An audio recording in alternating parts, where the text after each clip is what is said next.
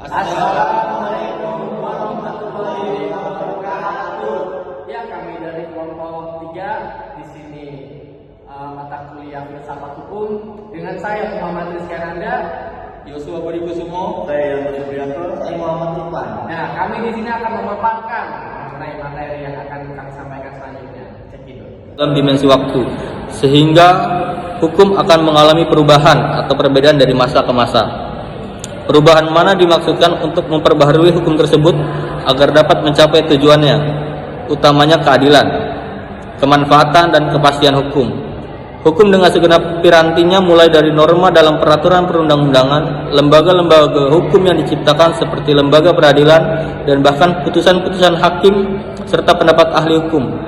Dengan demikian, perkembangan norma, kelembagaan, dan pemikiran tentang hukum tersebut menjadi objek kajian yang sangat penting dari sejarah hukum. Berpijak kepada pemikiran di atas, maka dapat diketahui bahwasanya dalam pandangan sejarah hukum, hukum itu tidak terlepas dari dimensi ruang dan dimensi waktu.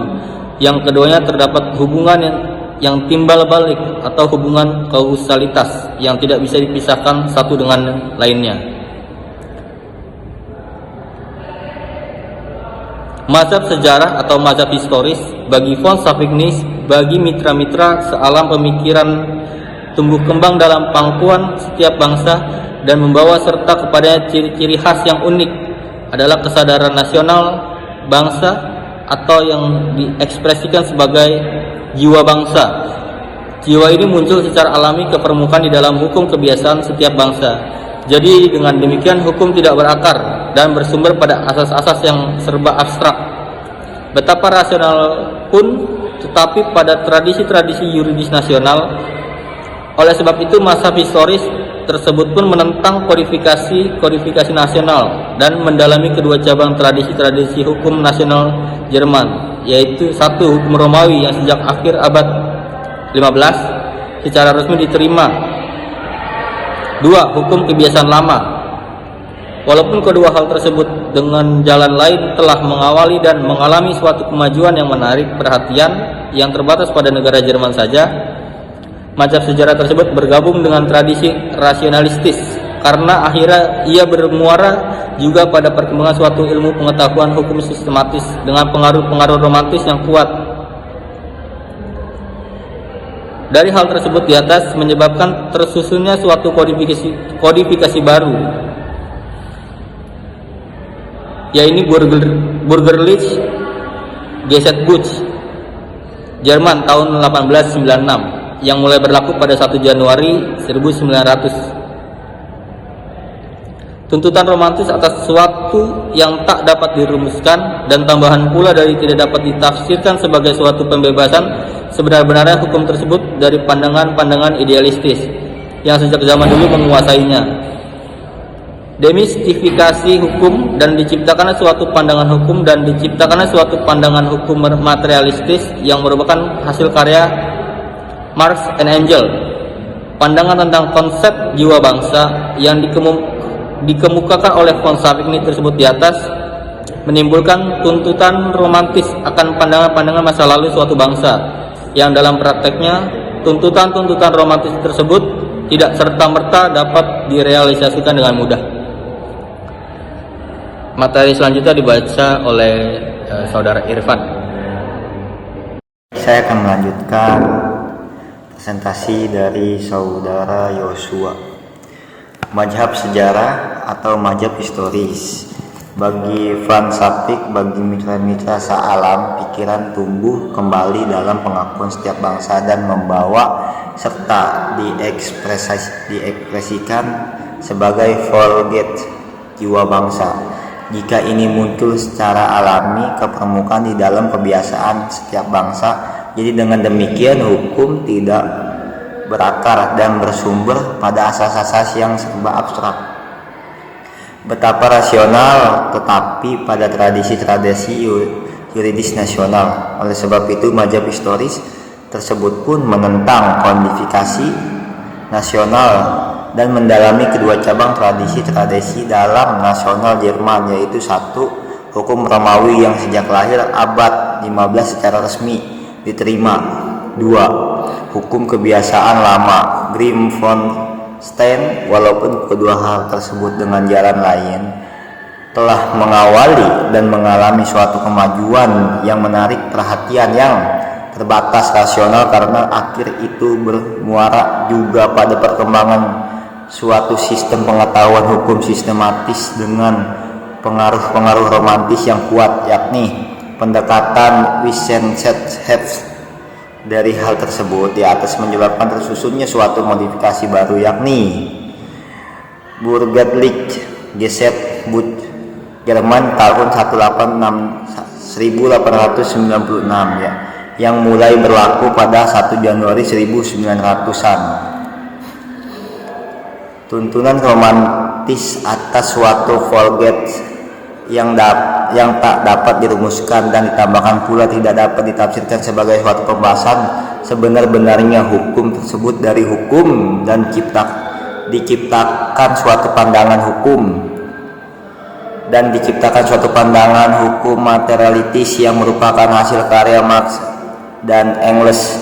Pandangan tersebut konsep Volksrecht atau jiwa bangsa yang dikemukakan oleh von Savig tersebut di atas menimbulkan tuntunan romantis akan pandangan-pandangan masa lalu suatu bangsa yang dalam praktek tuntunan-tuntunan masyarakat. Tuntunan-tuntunan romantis tersebut tidak serta-merta dapat direalisasikan dengan mudah.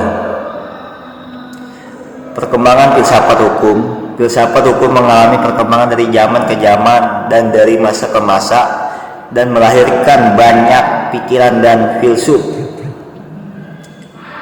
Di antara para pemikiran filsuf tersebut tentu saja ada beberapa persamaan, tetapi juga ada perbedaannya suatu dengan zaman dan susunan kebatinan pada zaman tersebut. Hal yang menarik dalam pembahasan ini yang muncul beberapa pandangan para filsuf yang sama tetapi mereka dari zaman yang berbeda. Dalam hal lain muncul perbedaan-perbedaan di antara para filsuf tersebut padahal mereka satu zaman, hanya dipisahkan oleh letak geografis saja. Hal ini tentu saja menarik untuk digali dan kaji lebih jauh akan persamaan dan perbedaan pemikiran para filsuf tersebut, karena akan memberikan pemahaman dan wawasan berpikir pemikiran para filsuf tersebut, memberikan pemahaman dan wawasan berpikir dari para filsuf tersebut yang akan memperkaya pemahaman manusia di zaman sekarang tentang hukum-hukum yang di masa lalu.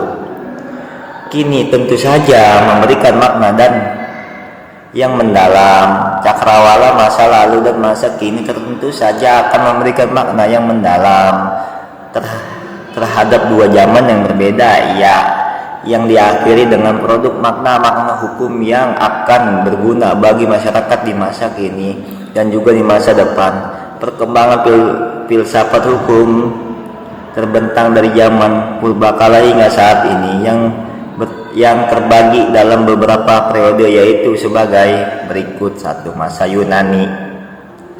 Pada masa Yunani, perkembangan filsafat hukum dibagi menjadi masa Sokrates dan masa keemasan Yunani.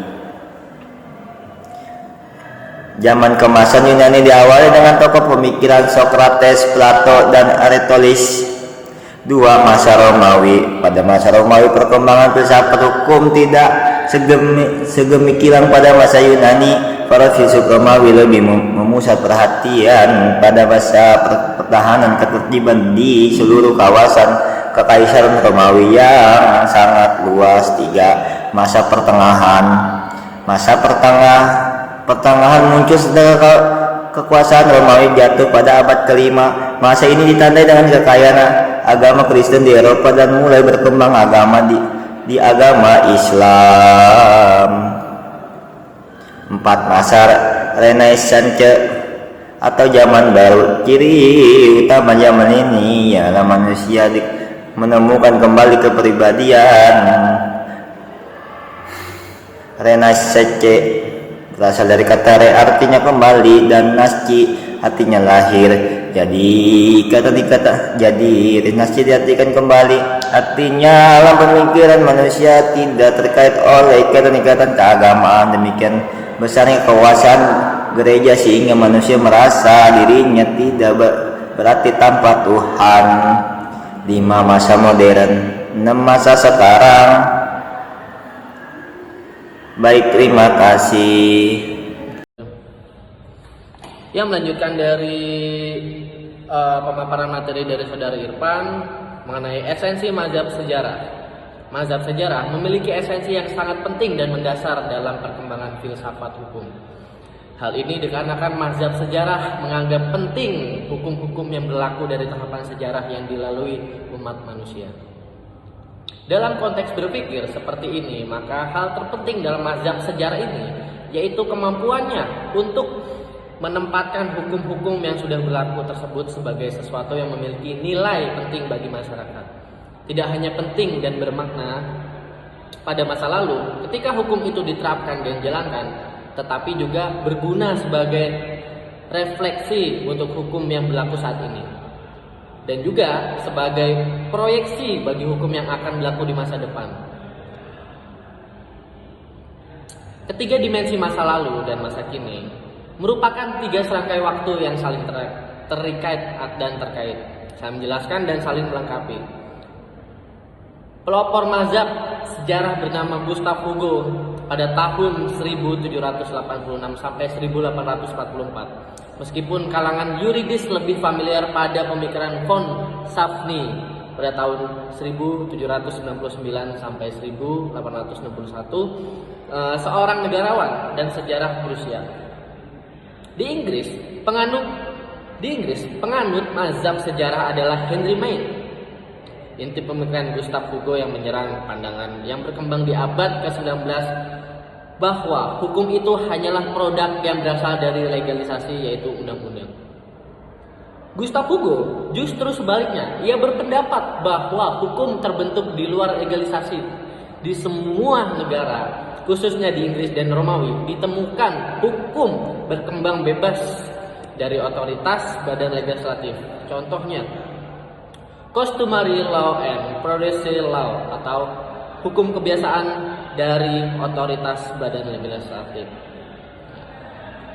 Gustav Hugo berpendapat bahwa hukum positif dari masyarakat adalah bagian dari bahasa mereka. Semua itu berasal dari bahasa yang baik, tidak kecuali matematika. Dengan cara itu hukum positif terbentuk dengan sendirinya, bebas dan tanpa intervensi dari para legalisator atau pembentuk undang-undang. Ada 2 pengaruh terhadap lahirnya mazhab sejarah ini, yaitu pengaruh Montesquieu dan bukunya L'Esprit de Lois.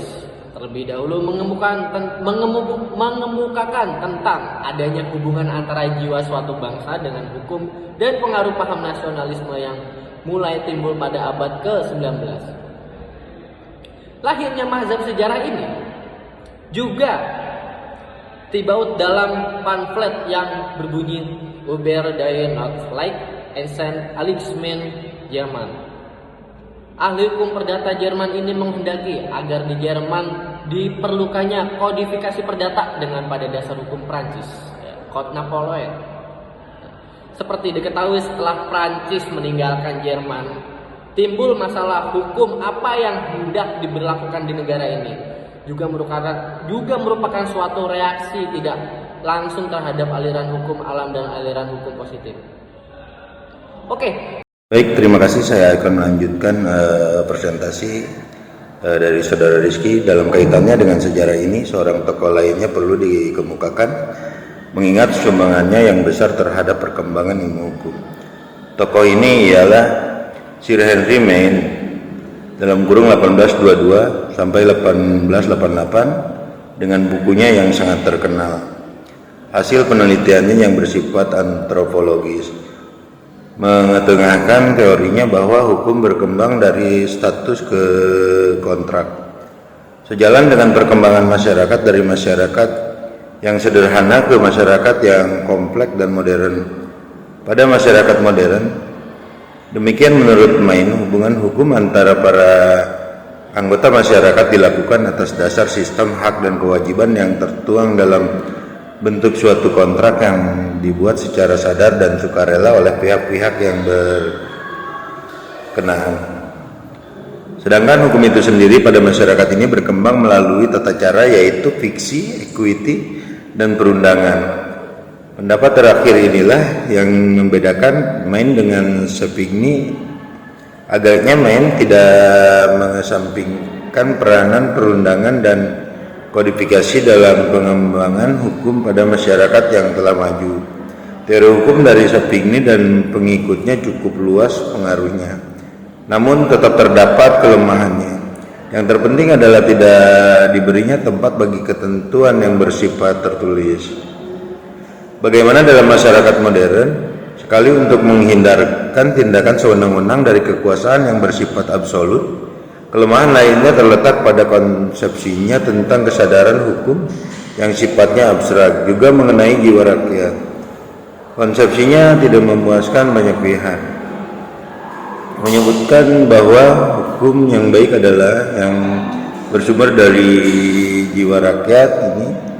Tetapi dalam sebuah tulisannya yang lain yang membahas tentang hukum Romawi, dia mengatakan bahwa hukum Romawi merupakan hukum yang terbaik diletakkan dalam konteks zamannya. Teori Savigny dapat dilihat sebagai ragam terhadap dua kekuatan yang berkuasa pada zaman itu, yakni sati rasionalisme dari abad ke-18 dengan kepercayaannya pada kekuasaan akal dan prinsip-prinsip absolut yang universal, yang membuahkan teori-teori hukum rasionalistik tanpa memandang fakta historis lokal, ciri khas rasional serta kondisi-kondisi sosial setempat. Dua kepercayaan dan semangat revolusi Prancis yang cenderung anti tradisi serta terlampau mengandalkan kekuatan akal dan kehendak manusia dalam mengkonstruksi gejala-gejala hidup di bawah pesan-pesan kosmopolitannya. Melalui penetapan terhadap dua kekuasaan itu, Savigny serentak mencela pemujaan atas kodifikasi hukum modern di Prusia dan Austria dan Perancis. Menurut Savigny, perkembangan hukum Romawi merupakan contoh panutan hukum yang bijaksana karena pembentukannya dilakukan melalui adaptasi bertahap seturut zaman sebelum korpus bertahap itu. Peran ahli hukum begitu menentukan, utamanya dalam membaca semangat zaman dan konteks sosial kontemporer sebagai landasan adaptasi dari hukum itu sendiri. Maka tidak mengherankan jika Savigny memandang ilmu hukum sebagai panduan informasi hukum. Lalu kesimpulan dan saran. Mazhab sejarah merupakan mazhab dan filsafat hukum yang sangat penting strategis kedudukannya dalam perkembangan filsafat hukum. Biodata singkat penulis Dr. Iwan Darmawan SHMH, tempat dan lahir Sukabumi 8 Juli 1968, pendidikan S1 Ilmu Hukum Universitas Pakuan tahun 1989, lalu kemudian S2 Magister Hukum, dan kemudian Robi Satria SHMH, lahir di Bogor 28 September 1997. Tindak pidana tertentu dalam KUHP dan perbandingan hukum pidana dan menjabat sebagai manajer redaktur dan publikasi di Fakultas Hukum Universitas Pakuan dan sebagai pengelola jurnal hukum Pakuan Law Review. Sobar Sukmana SHMH lulus pada pendidikan setara S1 tahun 1994. Hukum organisasi internasional, hukum penyelesaian sengketa internasional dan transaksi bisnis internasional. Lalu ucapan terima kasih, penulis mengucapkan terima kasih yang sebesar-besarnya pada Civitas Akademika Sekolah Pascasarjana Universitas Pakuan.